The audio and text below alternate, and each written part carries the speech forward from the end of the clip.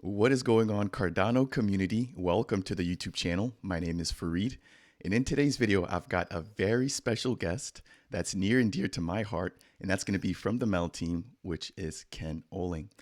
Now, Ken, welcome to the channel. It's a pleasure to have you on. Thanks, Fareed. It's always good to be here. It's always good to see you. Man, thank you again so much for your time. I know that everyone's busy with the holiday season. And so, as a part of this interview, we're going to be chatting about a few different things, which include your background, your favorite partnership as it relates to 25 Days of MELD, the recent release of the Bank Manager NFTs, the upcoming launch of the MELD Testnet, your crypto-to-fiat progress, as well as your new multi-chain narrative. And then we're going to wrap up by talking about your future plans and vision for MELD, and then some of your closing thoughts as it pertains to the protocol and then the Cardano ecosystem as a whole. Now, before we get into that, if it's your guys' first time stopping by the YouTube channel, my name is Fareed, and I aim to provide you guys in the community with the latest news, tutorials, and reviews when it comes to the top projects, with MELD being one of them. And so if this interview, like we're going to be having today with Ken, interests you, then please make sure to tap that like button. If it's your first time stopping by, consider subscribing. And if you have any questions for Ken or myself, then make sure to leave those down in the comment section below. Now that we have all of the introductions and all of the kind of nitty gritty stuff out of the way, Ken, how are you doing, man? I'm doing good. It's Christmas. We made it through the 25 days of MELD with minor bruises and injuries, so no harm done. And we're super fired up to go into 2023. Yeah, I can definitely say I'm also fired up for you guys as well. You guys have been doing a lot. And we're actually going to be talking about the 25 Days of MELD here and all of those announcements that you guys have made over the course of the month of December. But before we get into that, let's actually find out a little bit more about you, right? So for the viewers who are seeing you for the very first time, do you mind just giving us a brief review or a brief bit of your background as it pertains to MELD and what your functions are as the chairman and CEO? Sure. So yeah, like you said, Ken Olling. I'm the CEO of MELD. I founded MELD about almost 2 years ago now, a year and a half ago now. And my background is quite varied. So I came out for the past couple of years. I've been doing data visualization and sort of big data and what sort of turned into metaverse. Before that, I worked in the software business. And then before that, I had a 25-year career in design and branding and communications.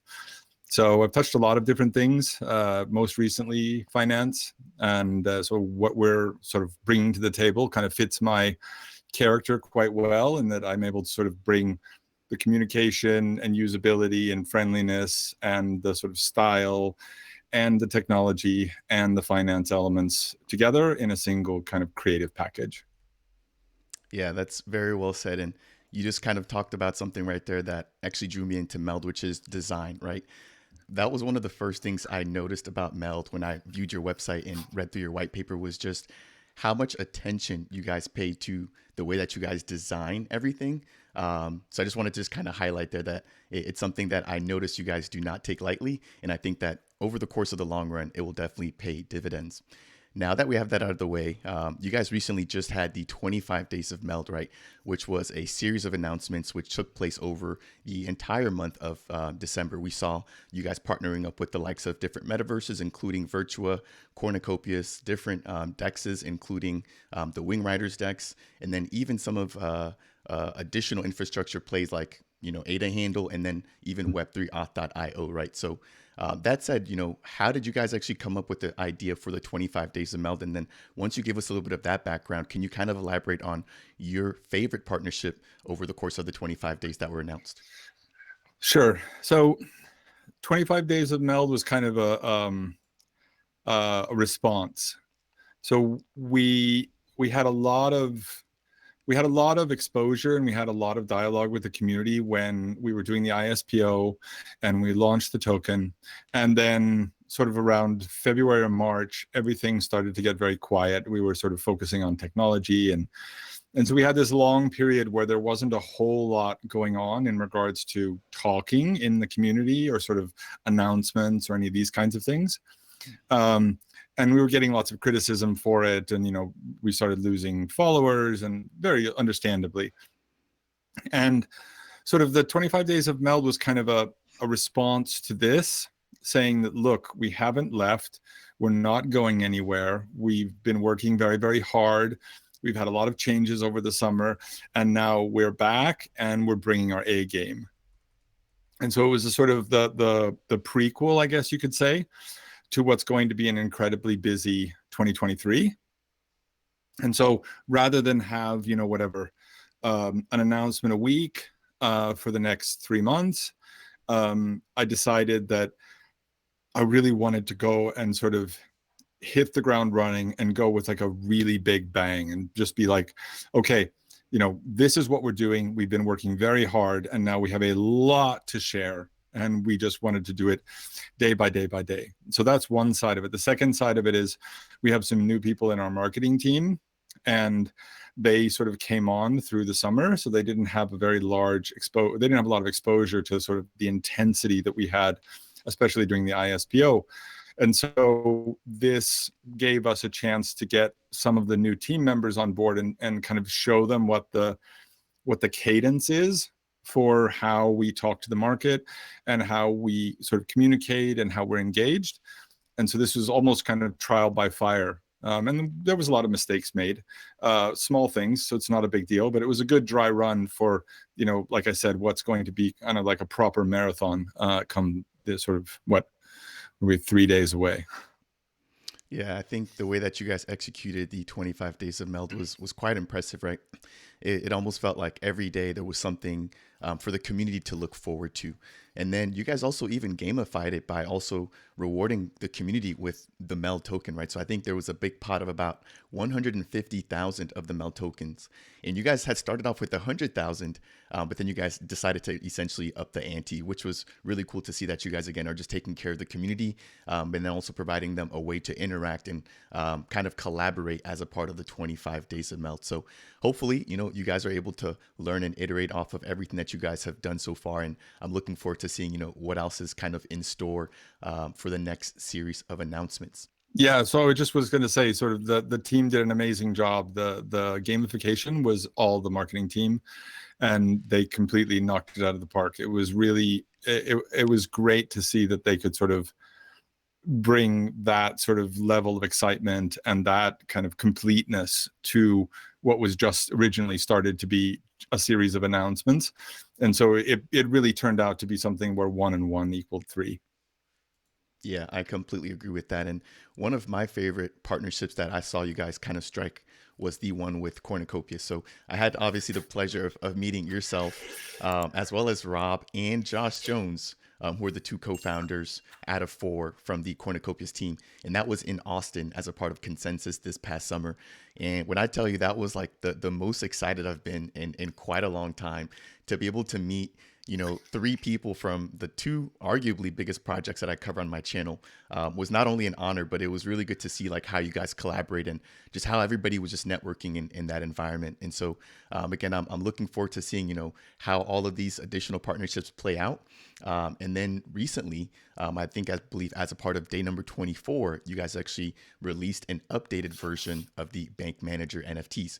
Now, do you kind of want to give us an update as to, how everything kind of progressed to the point that we got to now, and what we could potentially expect for the Bank Manager NFTs? Sure. So the bank managers are a long time coming. It was a big struggle, mainly on the sort of design and art side. The original version of them was just a little bit too generic. If you looked at the sort of the NFT space and you saw these 3D characters that existed in the NFT space, the original version of the bank managers kind of just, it blended into this landscape. And because we're going to be living with these things for a very long time, they're going to evolve. They're going to be the sort of avatars or identities for our users, both on the neobank side as well as on the DeFi side. I wanted to make sure that what we did had a lifespan, had a visual style that could be distinct from all the other, hundreds and hundreds of 3D, PFPs. And so it sort of evolved over time. What we see now is probably the 3rd or the 4th iteration of the bank managers. It's a very interesting style in the sense that it's kind of a marriage between very old-fashioned graphics. So if you look at them closely, you'll see that there's like engraving style, and there's this kind of dot pattern style that you would normally see in a newspaper. But it's on a 3D character, and the character is a little bit human and a little bit not human, depending on the set of circumstances. And the character is supposed to be kind of a representation of you, right? You are the bank, not us. And so we wanted to make something that, you know, wasn't a real mirror of a person, but had this a little bit of a character to the avatar. And so then it could be kind of more than you. It could be something a bit otherworldly. And so that's kind of how the evolution happened in regards to the design of it. And I'm very happy that we're through that process now. It was very difficult. Yeah, I think the community will also say that they're very happy that you guys are through that process. I can't tell you, you know, being one of the Discord moderators, how many questions per day or per week we would get as it pertains to the Bank Manager NFTs. And so I think that the community is finally able to kind of cool off a little bit.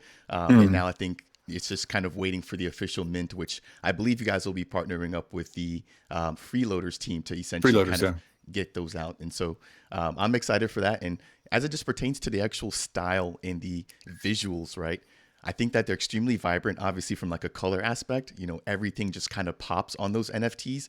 And then, as you mentioned, super high detail. And then also have to just give a shout out to whoever designed these, because the swag in terms of, you know, the jackets, the hoodies, you know, the hats, I'm just like, wow, you guys really kind of knocked it out of the park, man. Like when I say this is in tune with like right now, you guys really did a good job. So again, congratulations to the team and everybody who kind of put their hands together to make that happen. I appreciate that. Yeah, not a problem. Now I just want to kind of shift gears here and just talk a little bit about the upcoming testnet, right? So MELD is a crypto lending and borrowing platform, as well as a crypto-to-fiat platform. The Neobank is still in the works, or the crypto-to-fiat portion is still in the works. You guys recently had an AMA, though, in which you guys announced that you guys will be launching the testnet on January 16th of 2023. That said, that's only 19 days away, right? So I know. People keep on reminding me. What can the community expect? And, you know, what's the plan for the actual rollout of the testnet? So there's a couple of things that we can kind of discuss. So it's launching on the 16th. It's launching on the Cardano blockchain, obviously. It will be a closed testnet launch for the first 2 weeks, which means that we'll be allowing 500 people to join and test it out. After that first 2 weeks, the plan is, if everything goes fine, then the plan is to open it up to the sort of broader audience. The reason for it being a closed testnet is that the biggest challenges right now technologically on Cardano have to do with throughput. Right? So we have to build some very specialized technology in the same way that all the other protocols have been building these specialized technologies that act a little bit like a roll-up. We call it a batcher. The Sunday Swap calls it scoops. Everybody has their own kind of approach to it. And so this batcher is grouping together transactions. And because our transactions are pretty sophisticated, we're calculating a lot of things. We're calculating, you know, risk rates, interest rates, yields, you know, the current position of each of the pools, all this kind of stuff. And Cardano is very memory constricted right now, that we're very, very conscious that the solution that we've put together in order to solve this scaling problem is going to work. And so what we don't want is, we don't want, you know, 2,000 people to try and hit it all at once on day one, and it doesn't work. And then that puts a bad taste in everybody's mouth. And what we'll need to do is get that experience with having 500 people using it. And if we need to modify some of our thinking, if we need to do some refactoring or some adjusting in order to get that throughput to work, we want to do that with 500 people that are very aware that what they're getting into is early testnet. And then once we can solve that, or once we're sure that we have solved that scaling point, then we'll open it up to the broader audience. So that's kind of one side. The second is we wanted the testnet experience to be nice. Testnets are typically not that great in regards to a user experience. They're typically developer-led, and they're typically for developers. And so we wanted to just make it a bit more friendly. So we had a couple of people on our team that were very adamant about making this testnet kind of a smooth and good experience. And so what we have now is we have a single faucet that people can go to, and they set up their wallet, for pre-production testnet. And then when they download or when they request tokens from that single faucet, for those of you that don't know what a faucet is just a place where you can go and you can get testnet tokens that work on the testnet. So you have like T-ADA or T-MELD or T whatever. They're not worth anything, but they're used for testing. And so we hit the faucet, and what you get from that faucet is not the MELD token, but you get test data, test MELD, lots of different projects, test tokens. So then you have this big bag of test tokens, and you can really go to town. And you can, we're collaborating with DEXs. So you're not only using the test tokens on the lending and borrowing, but you're using them on DEXs as well. So you can go over here and you can, put this in here, and then you can borrow this, and you can go over to a DEX, and you can swap this and bring it back and put it here. And, the goal is to try to create as healthy a collaboration in the ecosystem as we possibly can on the testnet, to try and gauge real world behaviors and real world activities. Nothing like this has ever been done on Cardano. So we have to be very conscientious that there probably will be some mistakes. There will be assumptions that we've made that are not the case in the sort of wider world. And we need that sort of 2 weeks in order to make sure that we have thought of everything that we need to think of, and that our hypothesis and the code that we have already been testing is going to work in the kind of out in the wild. Yeah, there's a few things I just want to kind of respond to, if you don't mind. So I believe, and correct me if I'm wrong, on the testnet, right, with the initial closed group as well as the open group, once you guys kind of open things up, users will have the ability to test out the lending, the borrowing. They'll also be able to perform swaps and liquidations. Is that accurate? Yes, you don't perform swaps in the MELD protocol. You have to go to the DEXs to perform swaps, but liquidations typically are requiring, or sort of liquidations need a DEX in order to work.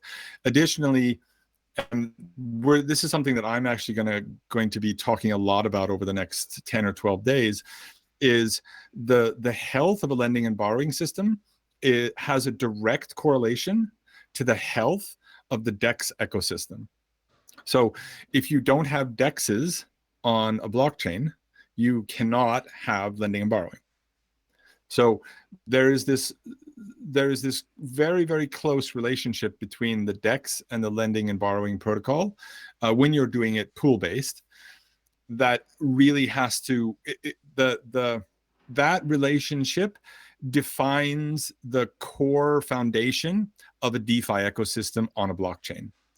And so when you don't have deep pools, when you don't have, high 24-hour transaction volumes, then that is directly going to be influenced, or it's going to reflect on the risk level of that token. So if there's super shallow pools and there's $5,000 a day being, transacted, then the risk in regards to that token is super, super high.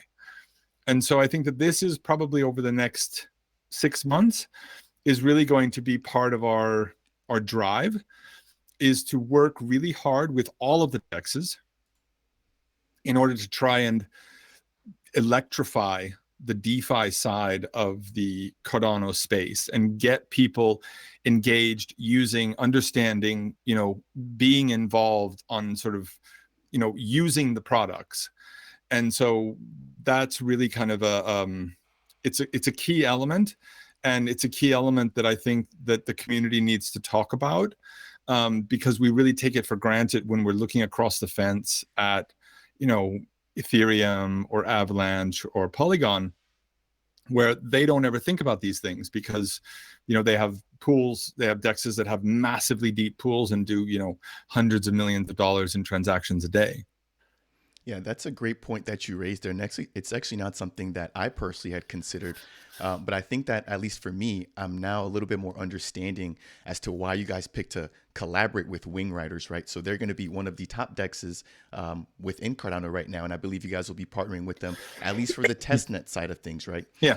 So I'll be excited to kind of see exactly who else you guys collaborate with on the mainnet, and once things are kind of rolling, I would assume we'll see some of the bigger players, i.e., MinSwap. No. So with regards to on the testnet and on the mainnet, we will collaborate with everyone. We're not limiting it, right? We will collaborate with absolutely everybody. Our goal here is to try and energize the DeFi space on Cardano, not to kind of create this, power groups or anything like that. We want to support and work with everybody in the space, because if we can manage to do this well, then everybody will succeed. That's exactly, I think, what we need, and I really wish that a lot more projects would adopt this mindset. So thank you for clearing me up on that. And again, I'm looking forward to seeing all those different collaborations across all of the dexes within the Cardano ecosystem roll out. Now, kind of going back to some of my earlier points, we confirmed now that people will be able to lend, borrow, and then perform liquidations as a part of the testnet. I really like the fact that you guys are taking this MVP approach when it comes to how you guys are planning to roll this out. And for anybody who's not aware of what MVP means, it's just minimum viable product, right? You guys want to get the core function out there, get that in front of people, get that tested, and get that iterated on. And I think that's the right way to approach things. Now, granted, there's going to be, I think, a lot of demand early on. Have you guys figured out a way in terms of deciding who's going to be eligible for that initial testing of the app when it's kind of in that closed phase? And if not, when could we potentially expect to see a little bit more guidance as to how the community will be able to be eligible for that early phase participation? We will open it up to the whole community. The goal will be to try to get a really healthy cross section, people that are generally in the community, people that are kind of technically savvy, people that are, early ISPO participants, people that were early private sale participants, influencers like you. Everybody is going to come to it with a different engagement model and sort of approach to how they want to use it, or how they want to play with it, or how they want to try and we want to try and get as healthy a cross section of that we can. Very likely, this hasn't been decided yet, but it's very likely just going to be announced, and there'll be like an application form you can kind of fill out, and there'll be things in the application form like what is your sort of technical skill level and things like that, that we can make sure that we both get regular users as well as power users. We'll probably also have a situation where we'll emulate whales. So we'll go out to a handful of people and say, like, look, here's 40 million MELD, or here 10 million ADA, or here's whatever, what is it, $500,000 a day or something, so that we can really start to sort of simulate what happens when a whale comes in and drops this big bomb into the system, or what happens when a whale comes in and sort of goes and swaps all of these tokens out, and they do this massive short in this area, and they put them back into a DEX. And these characteristics, they will happen. These activities will happen. People will do them. They're commonplace in the DeFi space, and so we really need to kind of design for these sets of circumstances as well as normal everyday use. Man, I love what you're describing, because these are things that have not really been, I don't want to say they haven't been thought of, but when other people launch testnets, as you mentioned before, I don't think that there's really that much time and thought that really goes into this. And so I personally believe that you guys will be essentially setting the standard for what we should be expecting in terms of testnets moving forward, right? And then one of the key highlights that you also mentioned too was with the single faucet to receive all of these different test assets. Normally, you just have to go to the Cardano Faucet website, and you just get your test data, and then you go collect a single token, by whatever protocol through whatever mechanism that they kind of have in place. So we're basing that part of it on what Sunday started. So Sunday, their testnet had this characteristic where you got this one faucet and you got lots and lots of different tokens from it. So we're not the sort of first to do it. We're just trying to iterate on what other people have done and sort of make it applicable for what we're doing. But we looked towards Sunday's testnet launch as guidance for some of the things that we saw that were very user friendly. Got it. Got it. No, that's really cool. Again, I'm fired up for all that. Now, I do want to kind of keep things moving along here. I want to respect your time. Are there any closing thoughts as it pertains to the essential testing and the expectations for the testnet that you want to add here before we move along and talk a little bit about the crypto to fiat portion? The only thing I would say is that sort of the testnet is going to be an evolution. So it will launch on the 16th, but there will be features and elements that will be added along the way until we get to the point where we're doing the audit, both the audit in testnet as well as the audit on mainnet. So don't expect that the very first iteration is going to have all the bells and whistles. And at the same time, also expect that after it launches, you're going to continuously see new bells and whistles come into play over that period of time. So you'll have more and more that you can play with and you can test. Got it. And I want to say that that's very similar to what we saw with you guys delivering on the Akamon testnet, right? You guys had like an alpha iteration, which, was essentially put out to the public. Everybody was able to test that. You guys got your first round of feedback. You guys had a Trello board that was available to the public. And you guys essentially, kind of started hammering out all the bugs and enhancements. And then you guys announced the beta in which, you guys put forward like speed enhancements, throughput enhancements, and things of that nature. So I don't think that this is going to be new for the community. We're definitely going to be looking forward to it. And I think the community will have patience as it pertains to like how you guys are going to be developing. And again, your approach, because it is a methodical approach. And it definitely sounds like you guys have put in more than the time to actually, make sure that this is going to be done the right way. So I have nothing but faith in you guys. You guys have shown that you guys can deliver already with Akamon. And again, I think the community is super excited to finally get their hands on the C2C portion of the MELD protocol. That said, let's move over and talk a little bit about the other portion, right, which is the crypto to fiat portion of MELD. In your recent AMA, you had Nahal, who is, I believe, the head of that kind of front. Head of the banking activities, yeah. Yep. He gave the community, I think, a very good update. Now, there were some things that he kind of kept behind curtains, which I'm not sure if you're going to be able to share with us now. And ask anything you want. I'll tell you if I can. Okay. Well, in that case, what can we expect in terms of crypto to fiat? And, what game changers is MELD going to be bringing to this particular portion of the protocol?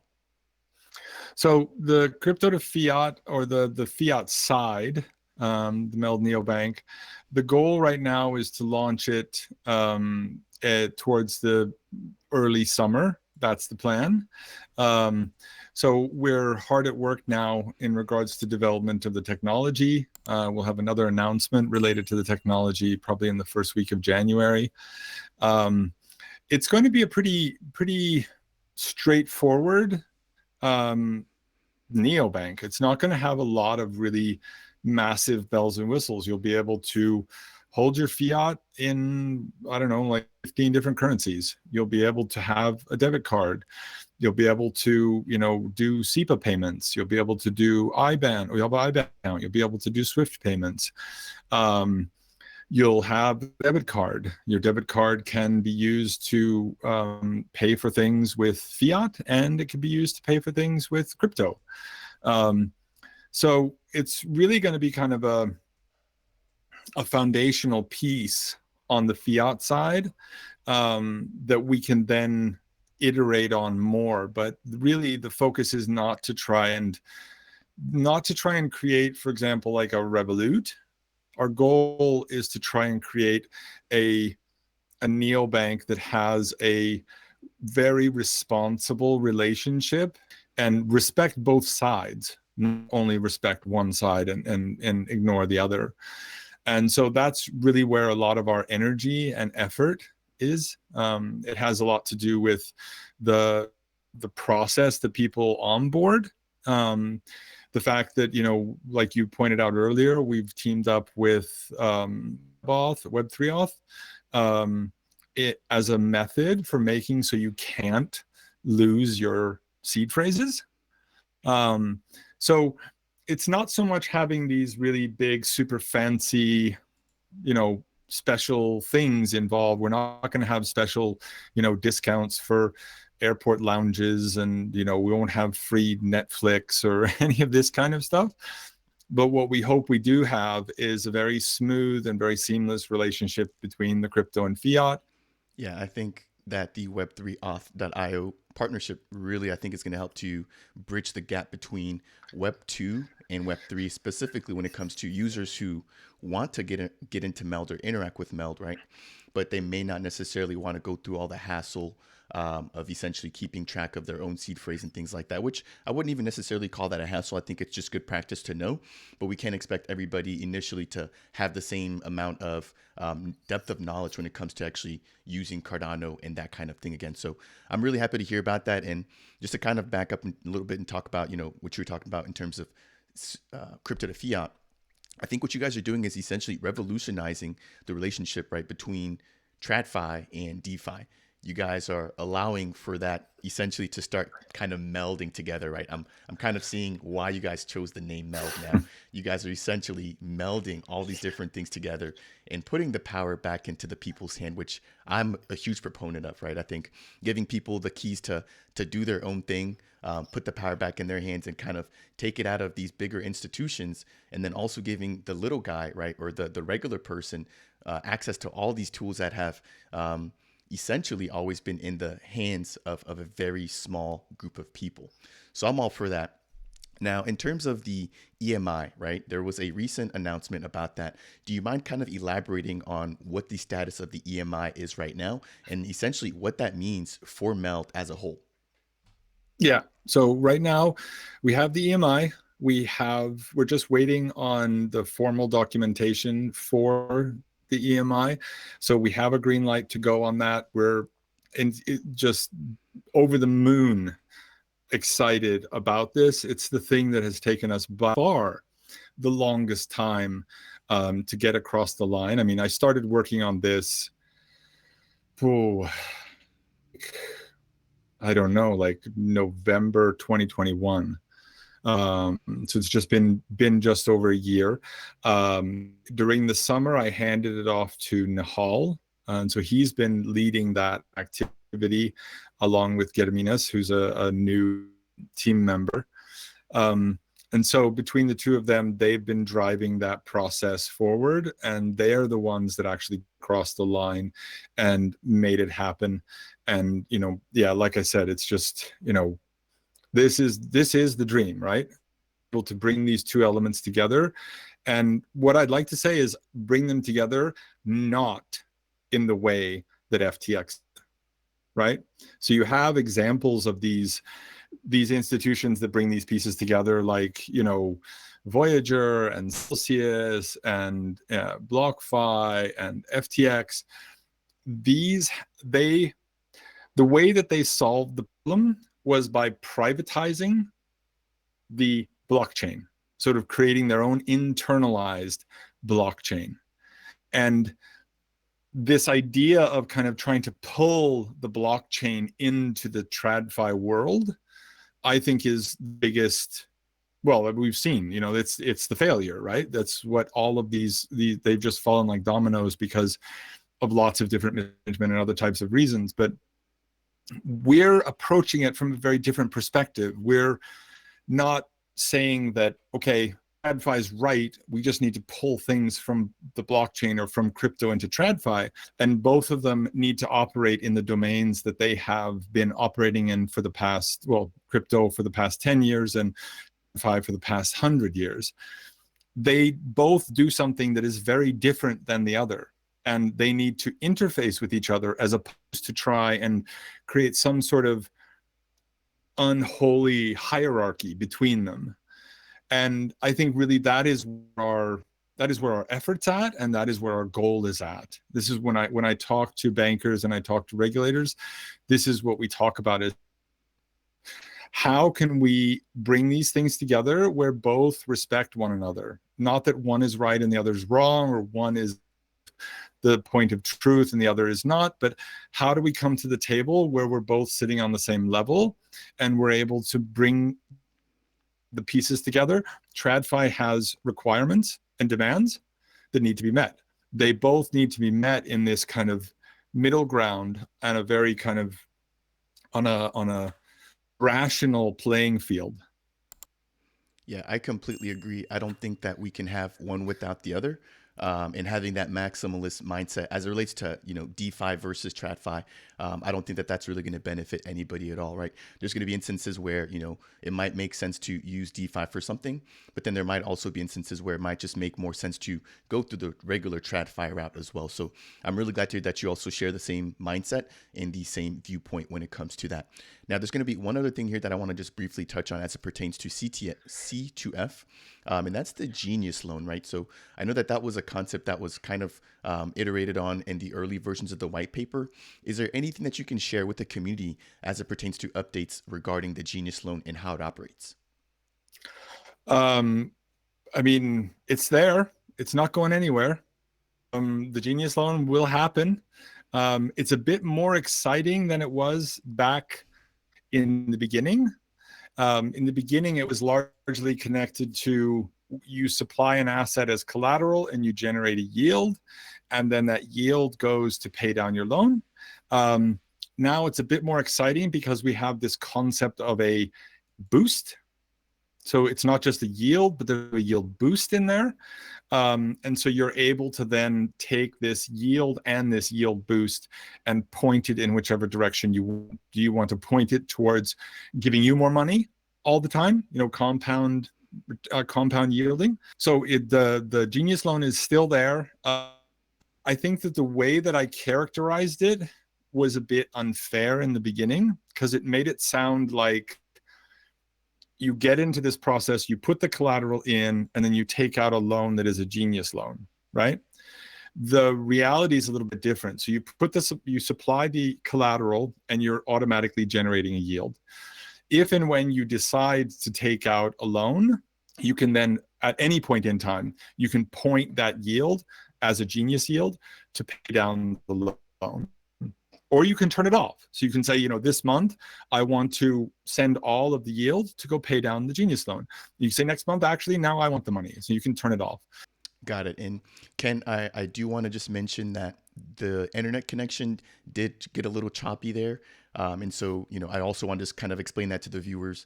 If you guys are not able to essentially get the gist of what Ken just mentioned right there, we'll be leaving the link to the white paper and then additional documentation for MELD down in the description below. I highly recommend that you guys go ahead and check out the white paper. There's a ton of good information about the Genius loan in there, in addition to all the other things that we've discussed so far. That said, I think that's going to be enough time that we spent on the C2F portion of things. Again, sounds like you guys are making a lot of great progress there. I'm also excited to see what you guys will be able to deliver once the launch of that goes live. Now, this is the second to last thing that I kind of want to hit on here before we wrap up today's video. And again, thank you so much for your time. Next, I want to just kind of talk about the multi-chain narrative. So in that recent AMA that you guys had with the team, you essentially announced to the community that MELD will be essentially building and making partnerships, right, with other blockchains outside of the Cardano ecosystem. That said, as a part of day number, I want to say 23, you guys announced an official collaboration with AVA Labs, who is the foundation building the Avalanche blockchain. Now, Avalanche is going to be one of the top EVM blockchains right now, right?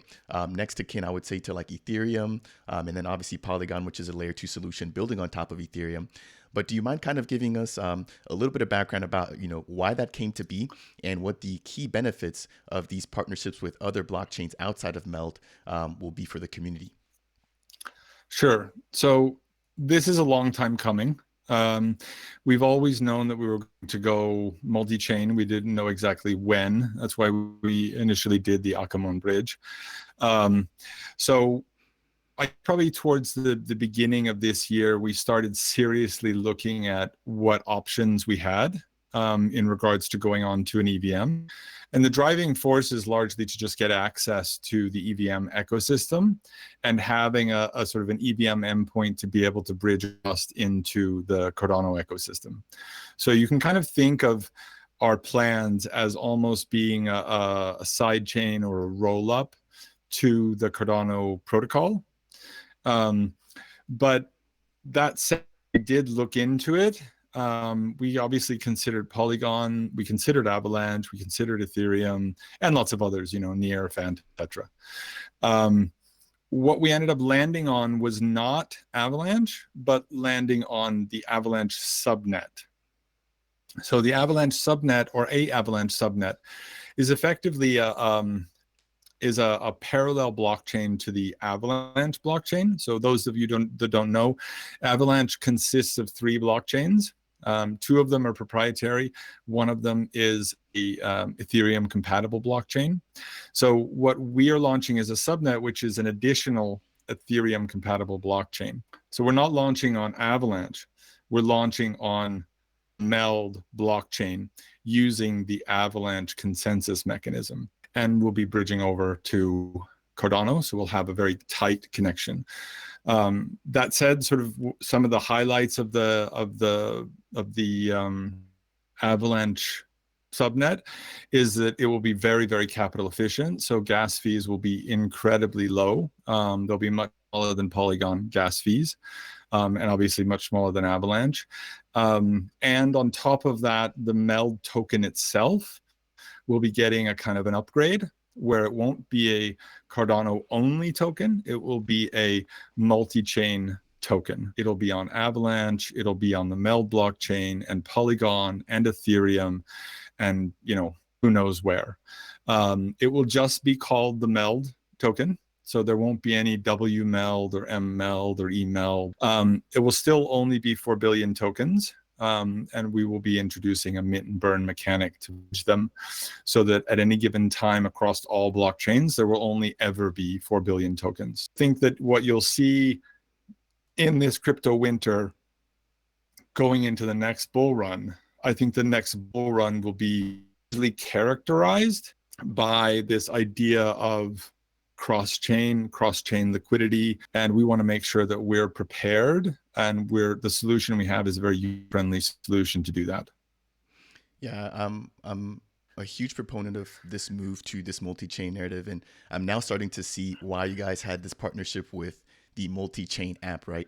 This will essentially allow for the Cardano native token to essentially be moved over into these different EVM compatible blockchains, and then vice versa through a mint and burn mechanism, as you mentioned before. And I think that was one of the key concerns from the community, right? When you guys initially announced this, was around the tokenomics. Obviously, people didn't want, their assets to essentially be diluted, or for MELD to essentially just change the tokenomics of everything. So it's very reassuring to hear that that's not going to be the case, and that you guys have already struck partnerships to allow or to facilitate in a very easy way the ability to move your assets from one blockchain to another. Now, that said, can you speak a little bit about the relationship with IOG and, the potential impacts that this move to a multi-chain narrative will have, if any? I mean, Charles has always had these key points that he always talked about in regards to Cardano and composability, compatibility, multi-chain. All of this has always been part of the sort of canon of Cardano. So we're not leaving Cardano. We're not abandoning Cardano. We're not doing any of these types of things that some people might be saying. We're staying on Cardano. We're just expanding out into the broader ecosystem. Yeah. We are not maxis. We have never been maxis at this since day one. We're not Cardano maxis. We're not ETH maxis. We don't like this maximalism idea, this tribalism. We want to participate in all of the crypto ecosystem, and we want to collaborate with all projects, good projects on all blockchains that we can. Yeah, and that kind of ties back to the point that you made earlier about not distinguishing or picking any specific dexes when it comes to, integrating them as well, right? So it seems like you guys are really taking that mantra and even applying it to outside of the Cardano ecosystem, which I think again is going to be great for not only attracting new liquidity and new members into the MELD ecosystem, but essentially setting the standard for how players within the crypto space should essentially be operating, right? In a way where they're open to new members coming into their community, regardless of where they initially launch on. That said, I know that there's definitely going to need to be a huge push in terms of education and obviously adopting the community from the Avalanche blockchain as well as just the EVM community in general, but then also just bridging the gap with influencers and content creators, right? So I'm looking forward to essentially or hopefully being a part of that push to educating the broader community about what this move really means for MELD, and then also just bringing in people from the EVM chains over into Cardano and teaching them a little bit about Cardano as well, right? Because not only will we have to learn about what they're doing, they're also going to have to learn about It's what going to we're be doing here on interesting. Cardano. Yeah, It's going for to be sure. very interesting. Get your popcorn ready. All right. Now, that said, Ken, we are going on about 45 minutes of this interview. Again, I really do appreciate you taking the time out of your holiday season to spend this and just educating myself as well as the community as to what you guys are doing in terms of development. So we're going to end things off here and just kind of talking a little bit about what your plans are, right, in the future for MELD and what you kind of see MELD doing in the next coming years. 2023 is going to be such a big year for us. We'll be launching the full protocol on Cardano. We'll be launching the protocol on the EVM chain.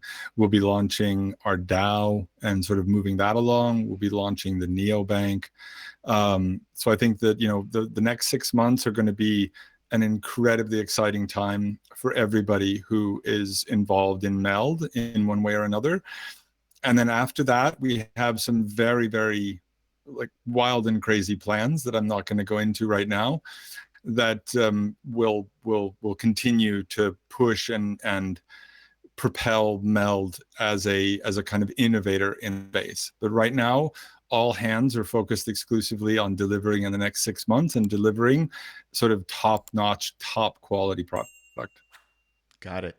And if there's anybody who's got their interest piqued, right, and they want to find out more about MELD after watching this awesome interview, what's the easiest way that they can get in touch with MELD and essentially interact with the community?